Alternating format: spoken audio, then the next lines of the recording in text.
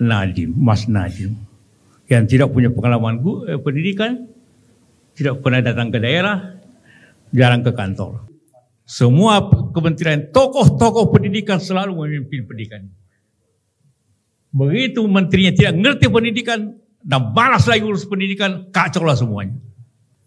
Anak itu, kita semua pernah sekolahan. Kapan kita belajar? Kan kalau ujian. Ya kan? Kalau tidak ada ujiannya, kapan belajarnya? Sebuah kampus merdeka, kurikulum merdeka, apa merdeka? Tidak merdeka aja tidak belajar, apalagi merdeka.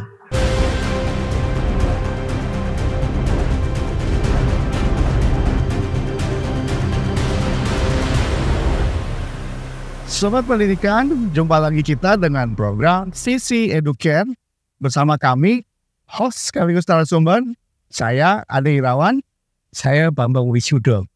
Oke Mas Bambang, di episode kali ini kita akan bahas isu yang aktual dan minggu ini yang cukup aktual adalah kritik tajam, kritik yang begitu keras dari mantan wakil presiden yang ke-10 dan 12, Pak Yusuf Kalla. Saya tahu Pak Yusuf Kalla pernah beberapa kali bertemu Mas Bambang, debat malah, kepada Menteri Pendidikan Nadiem Makarim. Nah, kita bacakan dulu ya kritik apa yang dilontarkan oleh Pak Yusuf Kalla ini di salah satu acara FNIDI dan disiarkan di TV Parlemen ya, TV-nya DPR. Nah, kritiknya paling tidak ada 3 gitu ya, baik terkait dengan program maupun terkait dengan kapasitas Nadiem ya. Nah, kita bacakan saja. Yang pertama yang disasar oleh Yusuf Kalla adalah program kurikulum Merdeka Belajar, ya, gitu ya. Kita bacakan ya Mas apa yang dinyatakan oleh Pak Yusuf Kalla.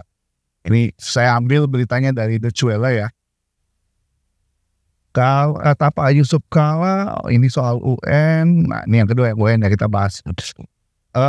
Soal kurikulum Merdeka Belajar atau konsep Merdeka Belajar menurut Pak JK ini penerapannya belum tepat di Indonesia, gitu ya. Karena pendidikan kita atau pelajar kita pragmatis lah ya. Jadi mereka baru mau belajar pada saat mau ujian saja, dan Merdeka Belajar ini hanya cocok untuk sekolah tertentu. Saya kira yang disinggung sekolahnya Mbak Ella, temannya kita ya, Mbak Nazila Shihab ya, dari Cikal itu ya.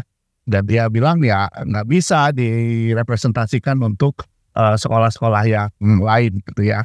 Itu yang pertama. Yang kedua yang dikritik juga penghapusan UN, dan yang ketiga yang dikritik Pak Nadiemnya. Kita bahas satu-satu Mas Bambang. Ya.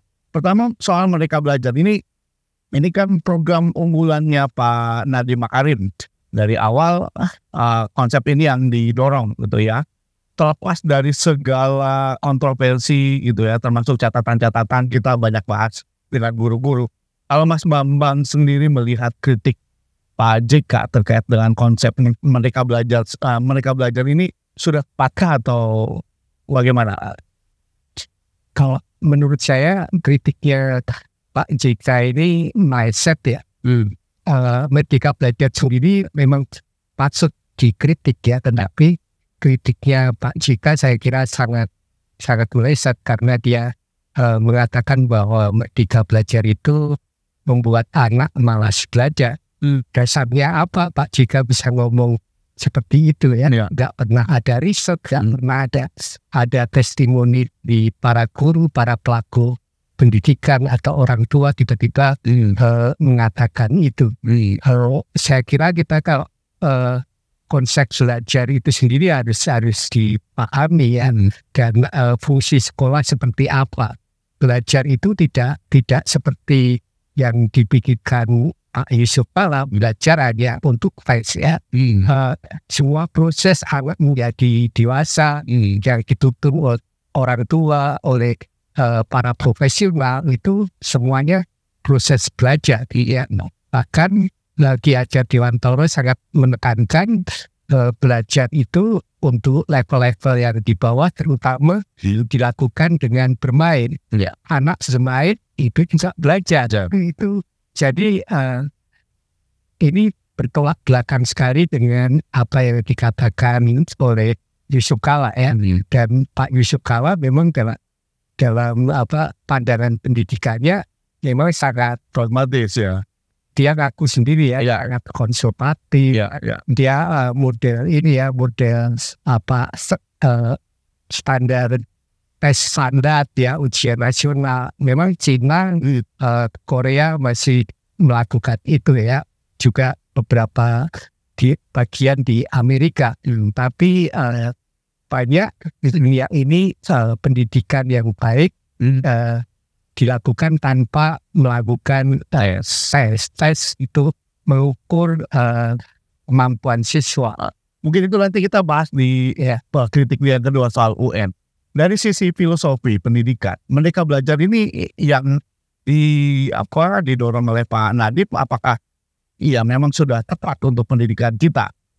Ya saya kira kalau ngomong Merdeka Belajar, ngomong pendidikan yang memerdekakan itu justru sangat sesuai dengan cita-cita pendidikan dan dasar pendidikan yang sudah diletakkan para pendiri Republik ini, bahwa pendidikan bukan semata-mata untuk mengejar kepandaian otak ya, intelektualisme, tetapi juga membicarakan soal budi pekerti, karakter ya, manusia yang utuh, bukan hanya manusia yang pandai. Kalau diajarkan selamat bukan hanya lahirnya, tetapi juga batinnya. Dan ini saya kira kalau pendidikan merdeka itu memang sesuai dengan cita-cita nasional kita ya, pendidikan yang berorientasi pada rakyat, yang membebaskan rakyat baik dari keterbelakangan ini ya, secara intelektual maupun secara mental.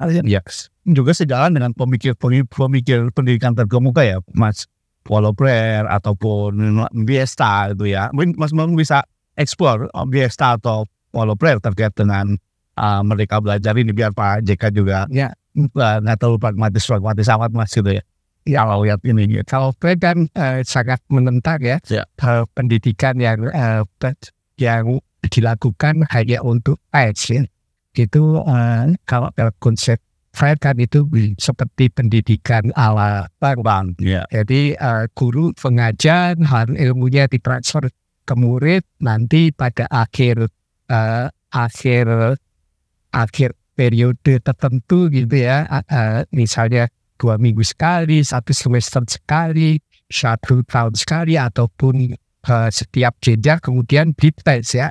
Dan pengetahuan siswa itu seperti pengetahuan yang diajarkan gurunya. Itu seperti kita kalau menabung di celengan ya, dulu kalau kita menabung pakai celengan ya, koin kertas dimasukkan, uang kertas dimasukkan, lalu begitu dipecah kita mendapatkan uang yang sama persis dengan yang pernah kita tabung. Walaupun kita ambil, kadang-kadang diambil dulu Mas sebelum dipecah Mas. Ya, ini bukan pendidikan yang memanusiakan ya. Ini pendidikan yang didominasi oleh guru, oleh kurikulum, oleh birokrasi dan sebagainya. Bukan tidak tujuan pendidikan adalah memanusiakan, membebaskan, memanusiakan manusia seperti kata Dian Kara tentu ya.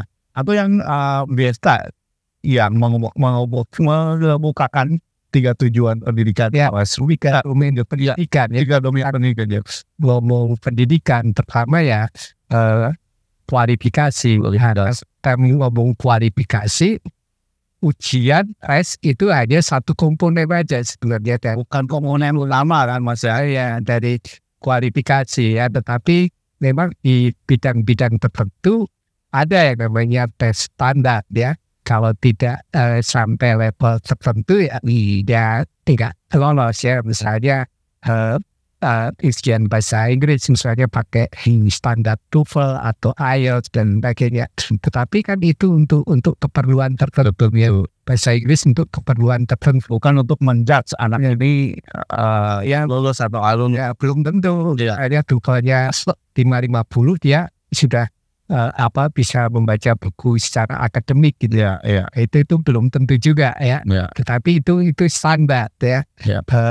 Tapi kemampuan bahasa itu sebenarnya melampaui dari apa yang diteskan di TOEFL, di IELTS.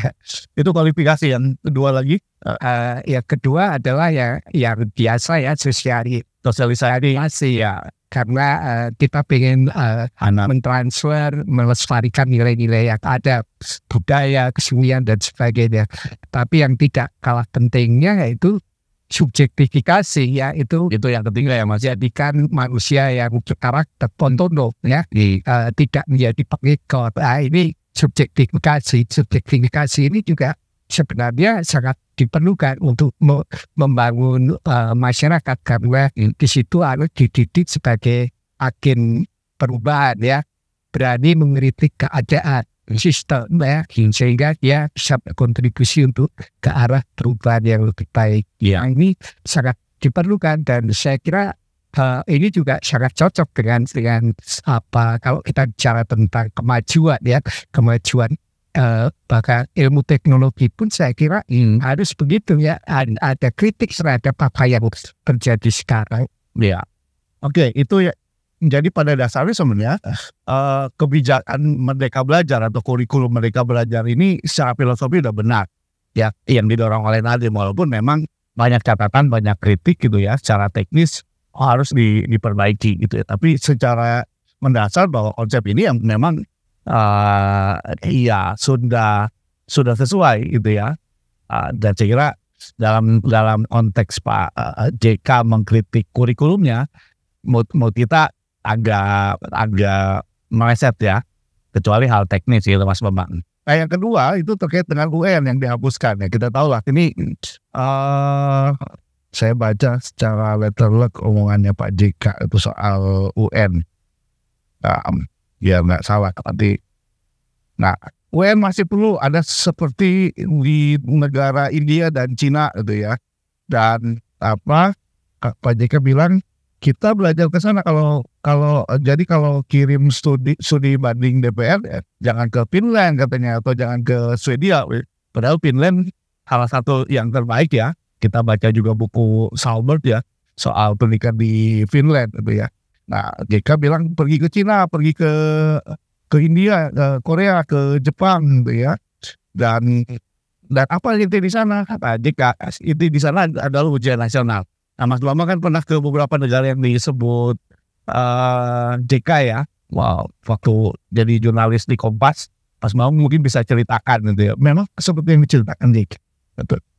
Itu yang pertama. Yang kedua, UN, posisi UN masih diperlukan atau nggak diperlukan sama sekali. Walaupun tadi memang Mas Bambang sudah kasih beberapa clue ya soal ujian dan sebagainya. Gimana komentar Mas? Saya pernah ke beberapa negara ya, yang disebutkan Pak JK ya. India saya pernah melakukan liputan pendidikan India, Korea Selatan ya, sekilas tetapi nggak pendidikan. Tapi satu saat saya pernah berdiskusi cukup intens dengan seorang profesor yang sangat kritis terhadap pendidikan Korea ya. Dan memang ini kita bisa bedakan itu ya, antara sistem pendidikan yang mengejar standarisasi pendidikan ya, dengan high stake test atau ujian kelulusan seperti ujian nasional itu, tetapi memang ada model-model pendidikan yang lebih memerdekakan ya, memberikan ruang kebebasan pada murid yang bisa dikatakan sebagai sesuai juga dengan konsep student center ya, yang berpusat pada peserta didik ya. Dan ada kelebihan dan kekurangannya ya. Di Korea, di Cina itu anak-anak seperti juga di Amerika itu seperti model tracking ya. SD-nya mana, kalau SD-nya bagus dia akan bisa masuk ke SMP yang bagus ya. SMP yang bagus masuk ke SMA yang bagus, itu semakin mengerucut ya. Kalau SMA-nya bagus dia berpotensi masuk ya universitas yang paling top gitu ya. Tetapi itu menyingkirkan yang lain-lain ya, yang kalah dalam track itu. Ini kekurangannya ya. Dan saya kira belajar kan tidak hanya untuk kontak ya. Dan apalagi dengan nilai-nilai sekarang yang kompatibel dengan tuntutan zaman sekarang, misalnya kolaborasi akan kurang ketika dituntut untuk berkompetisi di nilai misalnya itu ya. Itu kekurangan ya. Jadi saya kira itu pilihan ya. India seperti yang disebutkan Pak JK ya memang lulusan perguruan tinggi tertentu di India itu 80% itu kerja di luar negeri. Jadi orang-orang IT banyak ya di luar ya, di bidang IT, hukum, kesehatan, kedokteran itu 80% bekerja di luar negeri. Tetapi kalau tokoh-tokoh yang disebutkan Yusuf Kala seperti Kamala Harris, Chadwick, wali kota Perdana Menteri India itu memang bekas Perdana Menteri Inggris orang India ya, keturunan India. Mereka itu kebetulan memang berdarah India, tidak dibesarkan dalam pendidikan India ya. Jadi melesetnya Pak Yusuf Kala di situ. Tetapi jangan lupa bahwa di India itu gap pendidikannya juga sangat tinggi ya. Yang hebat-hebat misalnya ya lulusan Institut Teknologi di India, dan itu di India hanya ada 6 tuh ya, kayak ITB itu ada 6 ya, di 6 state itu memang perguruan tinggi unggulan ya untuk teknik. Tetapi di daerah rural situasinya sangat berbeda, bahkan penggunaan bahasa Inggrisnya aja ya sama dengan rata-rata sekolah kita. Mas Maung juga bisa spill cerita dulu dipanggil Pak JK dulu kan waktu saya masih di Koalisi Pendidikan ya, waktu di ICW, dan Mas Babak wartawan Kompas kita kan mengkritik keras kebijakan nasional yang dulu diawali Pak Bambang Sudibyo kalau tidak salah ya, itu ya kita lawan, dan kemudian Kompas dipanggil oleh Pak JK kan Mas. Ya kalau salah Mas Bambang dan makanya aja lama setelah itu karena kebetulan saya jadi tulang punggung di Dinas Pendidikan pas waktu itu, dan memang dari literatur, dari pergaulan saya menyimpulkan bahwa ujian nasional itu memang menyesatkan. Betul, menyesatkan karena dari sisi pedagogis kan anak-anak cuma belajar mata pelajaran yang di ujian kan, lalu kemudian kan saja kecurangan ya, ada kecurangan karena salah satu indikator keberhasilan pendidikan di daerah adalah nilai ujian tinggi. Akhirnya terjadi kecurangan berjamaah gitu ya, dinas memerintahkan kepala sekolah memerintahkan guru untuk membuat mencurangi ya, mereka dapat dulu bahan ujiannya, lalu kemudian mereka isi lembar jawabannya nanti dibagi ke murid, dan kita pernah laporkan itu ya di beberapa daerah. Tapi yang ingin saya tanya, cara berpikirnya Pak JK terkait dengan ujian nasional ini kan dijelaskan ke Mas Bambang kan. Salah satunya kalau tidak salah dulu Mas Bambang cerita soal filosofi penjahit atau apa itu ya Mas? Betul. Ya, filosofi penjahit yang dia jadikan sebagai dasar untuk menekan Kompas lah ya kalau itu agar ikut mendukung ujian nasional. Mungkin Mas Bambang bisa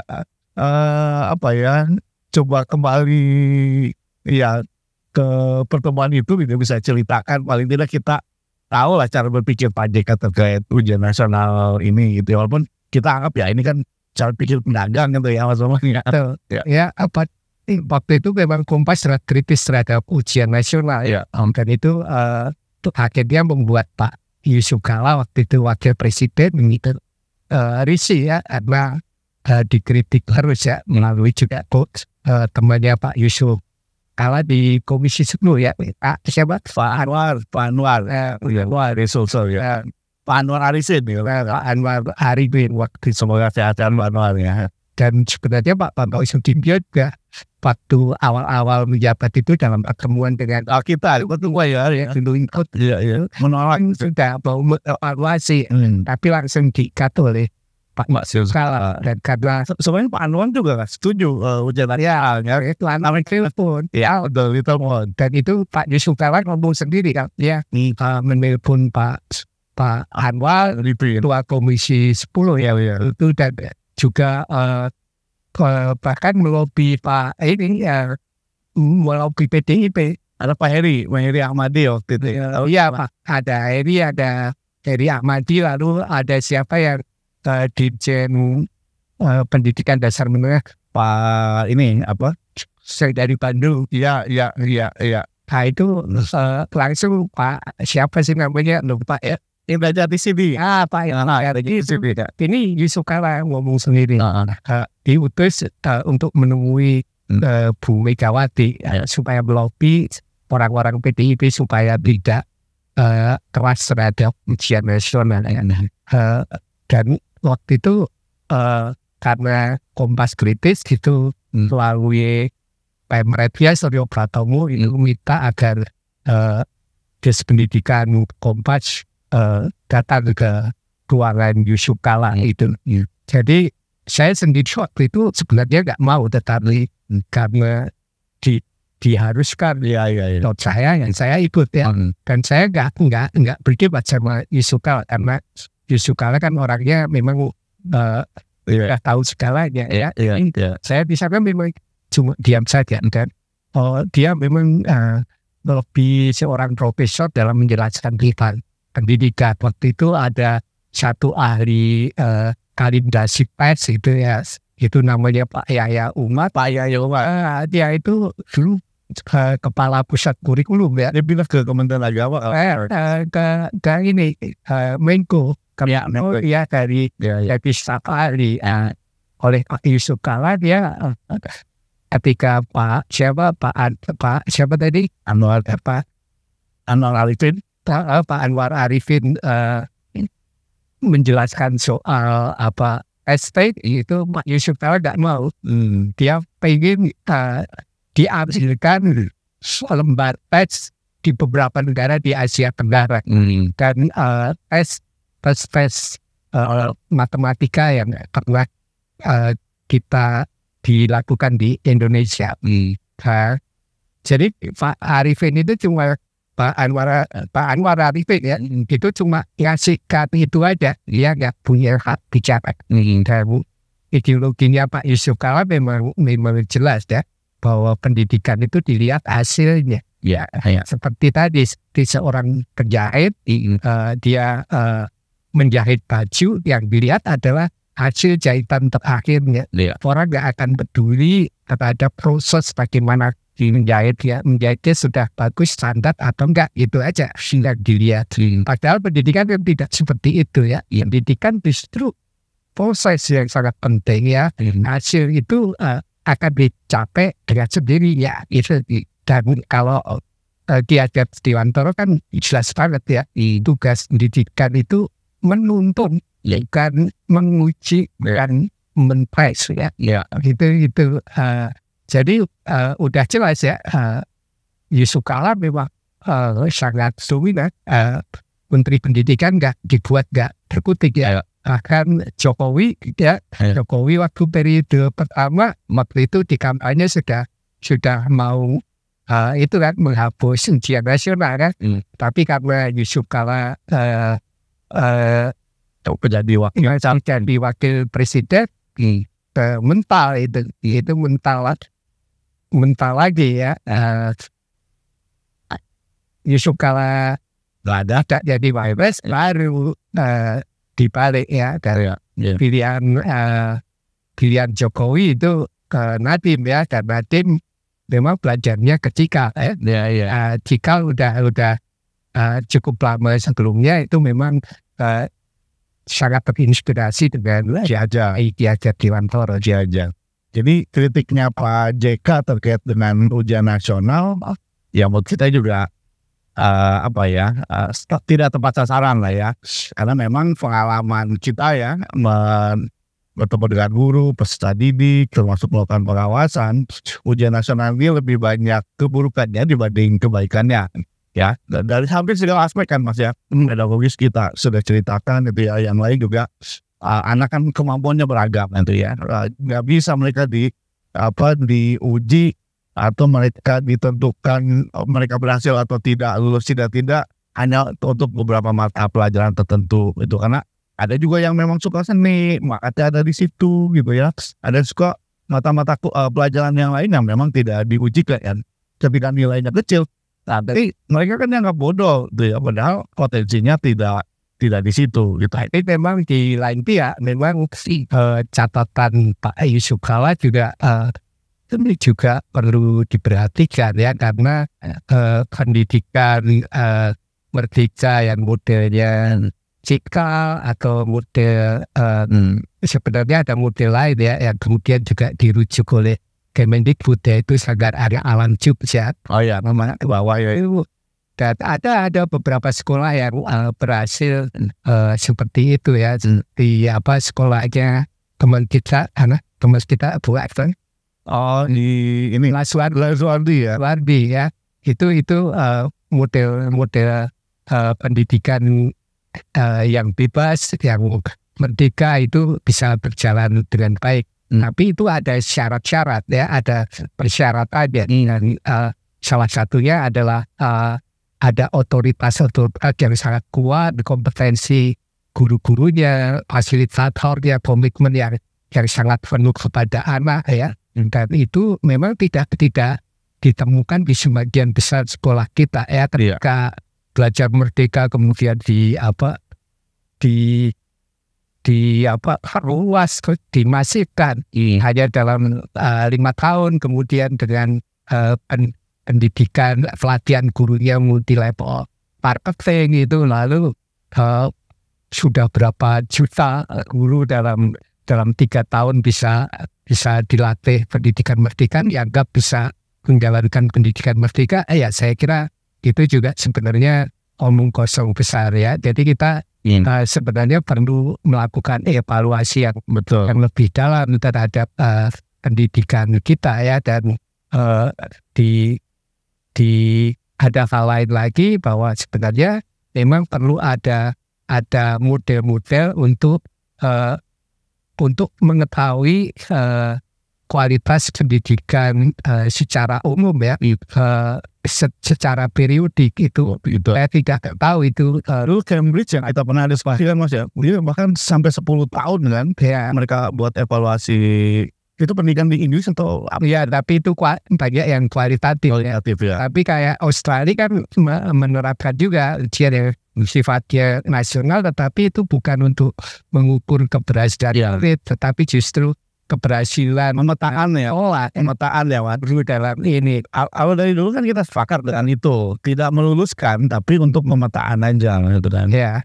Dan itu bisa aja secara periodik ya, biarnya 5 tahun sekali, kemudian kalau yang lebih pendek setahun sekali mungkin sifatnya sampling, dan itu harus alat ujiannya juga harus disesuaikan ya, jangan seperti ikutin PISA ya, karena negara kita kan sangat beragam ya kan sih. Nah, kritik terakhir ini, kritik Pak JK terhadap Pak Nadiem adalah kompetensinya. Ya Mas, ini cukup keras kalau lihat statementnya Pak JK tuh ya. Ini saya bacakan lah omongannya Pak JK. Di pendidikan harus banyak pengalaman di bidangnya, dia bilang. Jadi orangnya dulu ya, menterinya dulu, apa yang mau dicapai baru anggaran. Semua tokoh pendidikan melalui memimpin pendidikan di Indonesia. Begitu juga menterinya, gitu ya. Menterinya tidak ngerti pendidikan, ditambah malas lagi mengurusi pendidikan. Kacau lah semua ini kalau kata Pak JK. Lalu kemudian dia mencontohkan misalnya mantan menteri pendidikan kita yang punya background pendidikan ya. Disebutlah Ki Hajar Dewantara, lalu kemudian Pak Sumantri Bojonegoro, Said Tayyip, Pak Daud Yusuf, gitu ya, termasuk Pak Yono, dan terakhir di mention juga Pak Anies ya, yang pernah memimpin para Madinah. Tapi dibilang ini Pak JK menyentil Nadiem yang jarang datang ke kantor gitu ya. Menurutnya mobilitas Menteri Pendidikan harus bisa memastikan keadaan pendidikan langsung hingga daerah. Dan ada Mas Nadiem yang tidak punya pengalaman pendidikan, tidak pernah datang ke daerah dan jarang ke kantor gitu ya. Nah Mas Bambang sendiri lihat kritik terkait dengan kompetensi Nadiem oleh Pak JK bagaimana Mas? Ya memang mirip-mirip juga dengan khawatiran atau kritik kita sejak awal ya, waktu awal-awal Nadiem dipilih ya. Ini kan sebenarnya Menteri Pendidikan pilihan Pak Jokowi ya, dia pengusaha kabel ya, pengusaha wafer ya, kayunya dari hutan, lalu sangat terpesona dengan Pak Nadiem ya, yang bisa bikin startup Gojek, kemudian meluas ya Gojek, meskipun sebenarnya Gojek sendiri sebagai perusahaan IT itu bermasalah ya, karena ternyata penghasilan para pekerjanya itu tipis banget antara kebutuhan hidup dengan kekurangan hidup ya. Itu saya kira dia itu kesalahan memilih dan keterbatasan Pak Jokowi dalam soal pendidikan ya. Jadi kritik JK tepat kali ini Mas. Iya, saya kira memang Pak Nadiem belum punya track dalam bidang pendidikan, dan kan Pak Nadiem dibesarkan dalam pendidikan di luar negeri juga ya. Jadi memang saya kira ya masih buta lah. Benar diputuskan di belakang meja, karena kalau kita track ke belakang kan konsep belajar merdeka itu muncul setelah dia berkunjung ke sekolah cikal. Kali ke sekolah cikal langsung itu diterapkan dalam kebijakan. Nah juga di bawah timnya. Berarti jumping kan. Tapi di bawah juga timnya kan Mbak Ella. Ya, Mbak Ella awal ada satu orang lagi, siapa yang jadi dirjen guru itu? Oh iya, kemudian pusat penelitian kebijakan pendidikan ya. Dan itu sebenarnya juga baru memahami diajar langsung direkrut jadi dirjen kan. Tapi adakah mantan Menteri Pendidikan kita yang memang tidak punya background pendidikan seperti Pak Nadiem Mas? Ya kalau pengusaha ya baru Pak Nadiem ini ya, tetapi saya kira tidak dari dulu juga banyak menteri-menteri pendidikan yang tidak punya akar di bidang pendidikan. Kalau dia berhasil menjadi rektor perguruan tinggi kan belum juga punya kompetensi, belum dijamin juga dia. Nah ini urusan dari bagus usia ini sampai perguruan tinggi ya.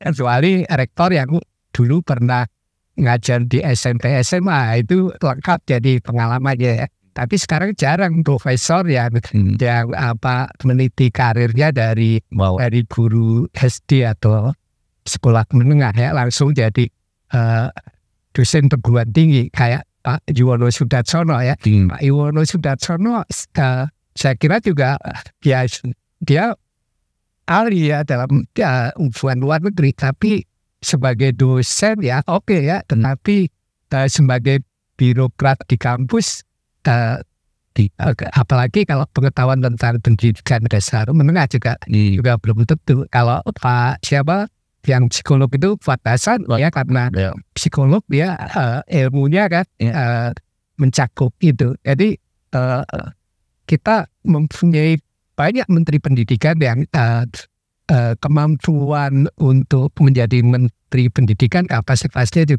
juga meragukan, dan performance-nya memang seperti itu ya.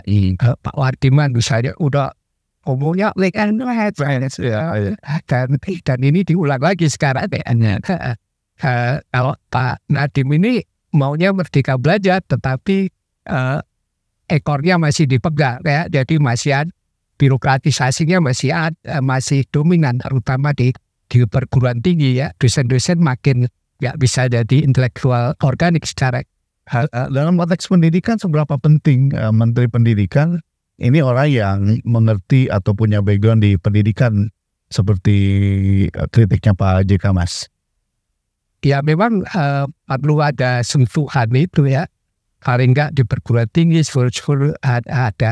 ada akar yang di bawah ya, yang lebih ya. Misalnya Anies sebenarnya ya lumayan juga kalau dalam background ya, karena dia selain jadi dosen juga punya gerakan Indonesia Mengajar. Tapi ternyata performance sebagai Menteri Pendidikan juga kurang ya waktu itu ya, sehingga Pak Anies diganti di tengah jalan. Itu kurang atau kena masalah politik, Mas? Ada banyak kekurangan juga sebenarnya ya. Pak Anies hebat di depan lah ya, tapi kalau ngurus birokrasi dia saya kira karena ngurus pendidikan bukan cuma soal aspek-aspek pedagogis, tapi juga ada aspek teknis, termasuk anggaran. Karena anggaran dikelola luar biasa, termasuk koordinasi dengan daerah ya. Di waktu menjadi rektor juga ya bagus, tapi oke aja lah. Beda banget dengan misalnya kalau kamu dulu senior jadi teman kita Pak Winarno kan. Pak Win ya, orang yang mengakar di kampus ya. Jarang ada rektor yang sering menyapa mahasiswa dia. Itu Pak Winarno. Sebenarnya orang-orang macam ini yang pantas jadi ini ya, di Menteri Pendidikan. Pak Win dulu kita berapa kali main ya ke rumahnya. Dia memang mau jadi Menteri Pendidikan, tapi cuma sehari aja katanya. Karena dia akan bubar jadi Menteri Pendidikan tuh. Itu dia mundur. Itu joke siapa almarhum Pak Wilam Surahmat. Jadi kritik yang ketiga ini berarti tepat ya, Pak JK, walaupun memang mestinya dari awal ya, Mas, ini udah mau berakhir gitu ya, tinggal sebulan lagi. Pak JK kemudian mengkritik cukup tajam, termasuk Merdeka Belajar yang sudah jalan hampir 5 tahun ya. Lalu soal kompetensinya Pak Nadiem juga yang dikritik itu. Tapi saya kira ya kita bukan membela Nadiem atau Pak JK ya, kita coba cek mana hal yang ya menurut kita paling tidak yang substansial gitu ya. Misalnya soal Merdeka Belajar ya udah benar gitu ya, tinggal diperbaiki secara teknis. Ujian nasional juga, penghapusan ujian nasional udah benar ya, udah paling tidak dari versi kita ya. Kalaupun mau ada ujian ya, untuk pemetaan bukan untuk meluluskan peserta didik gitu ya. Soal kompetensi ya oke juga ya, memang seperti usulnya Mas Bambang ya, lebih baik ada orang yang paling tidak tahu lah, pernah bersentuhan dengan pendidikan, sehingga ada feel-nya gitu Mas ya. Ada dia paling tidak dia punya punya sense terkait dengan pendidikan gitu ya. Walaupun ya bicara pendidikan kompleks ya, orang seperti Pak Anies yang punya kompetensi saja gitu ya, agak kedodoran urus birokrasi, kedodoran urus anggaran, paling tidak begitu. Paling itu ya, ini catatan untuk Kementerian Pendidikan nanti ya, akan dipimpin ya semacam apa. Itu juga yang direkomendasikan oleh Pak JK gitu ya. Satu rekomendasi Pak JK adalah jangan sampai memilih Menteri Pendidikan yang tidak punya background pendidikan. Ya, ini rekomendasi untuk Pak Prabowo ya, dalam memilih menteri. Bukan, sekali lagi, menteri bukan sebagai hadiah gitu ya, atas dukungan waktu Pilpres, tapi memang dipilih benar-benar orang yang punya kompeten. Kayaknya kita juga tidak bisa berharap banyak ya, bisa akan muncul Menteri Pendidikan yang hebat, Menteri Riset yang hebat ya, karena Menteri Riset jangan-jangan nanti dipimpin mantan tentara ya. Lalu pendidikan, kalau kita bicara pendidikan, kita kan sudah cukup lama mengalami krisis kepemimpinan pendidikan ya. Kalau kita lihat di perguruan tinggi, siapa sih rektor yang kelihatan hebat banget? Ya kan? Ada yang sekolah itu Asul Amal, itu Pak Win ya. Sekarang kan rektor kan pada ini ya, pada lomba-lomba memperkembang uang kampus ya, itu untuk menjual pendidikan, bukan untuk membangun excellence ya di Center of Excellence di kampus ya, di risetnya itu kayaknya ambilan ya. Jadi kita nggak bisa berharap saja paling begitu aja.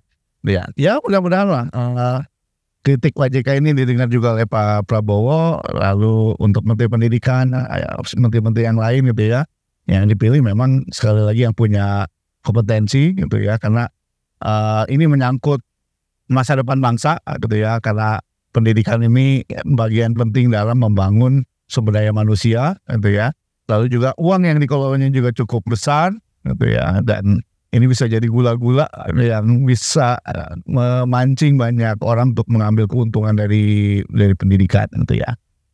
Saya kira itu ya Mas Bambang ya, dari diskusi kita sore ini.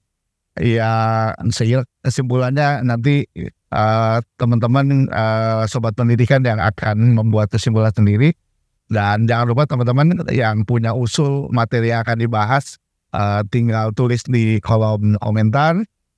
Jangan lupa juga like dan sebarkan ke segala penjuru gitu ya ke teman-teman, dan ya kami sih berharap ini bisa jadi ajang kita untuk mendiskusikan secara kritis kebijakan-kebijakan atau praksis di pendidikan.